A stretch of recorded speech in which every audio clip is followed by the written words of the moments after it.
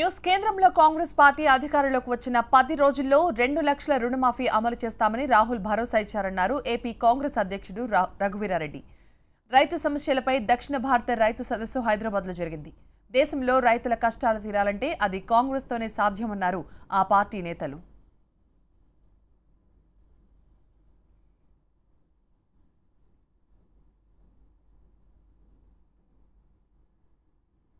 రాహుల్ గాంధీ గారు రైతుల పట్ల అనేకమైనటువంటి కీలక నిర్ణయాలు, గిట్టుబాటు ధరల గురించి చాలా స్పష్టంగా చెప్పినారు.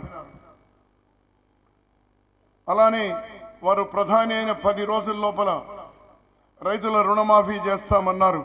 మొన్ననే 3 రాష్ట్రాల్లో 4 రాష్ట్రాల్లో కర్ణాటకతో కలిపి వారు ఆయా రాష్ట్రాలతోనే చేయించినటువంటి చూసినారు. కాంగ్రెస్ ప్రభుత్వాలు ఆ రాష్ట్రంలో ఉన్నా లేకున్నా దేశంలో ఉన్న అన్ని రాష్ట్రాల్లో కూడా 2 లక్షల వరకు నేను ప్రధాని అయిన 10 రోజుల్లో 2 లక్షల రుణమాఫీ చేస్తాను అనేటువంటి మాట ఇప్పటికే ఇచ్చినారు. నేను ఒక్కటి కోరుతా ఉన్నాను, ఈ సదస్సు ద్వారా కేవలం రైతులకే కాదు, కౌలు రైతులకు కూడా రుణమాఫీ చేస్తాము అనేటువంటిది మనం మేనిఫెస్టోలో రావాలి. అది తీర్మానంలో భాగం చేయండి అని నేను కోరుతా ఉన్నాను.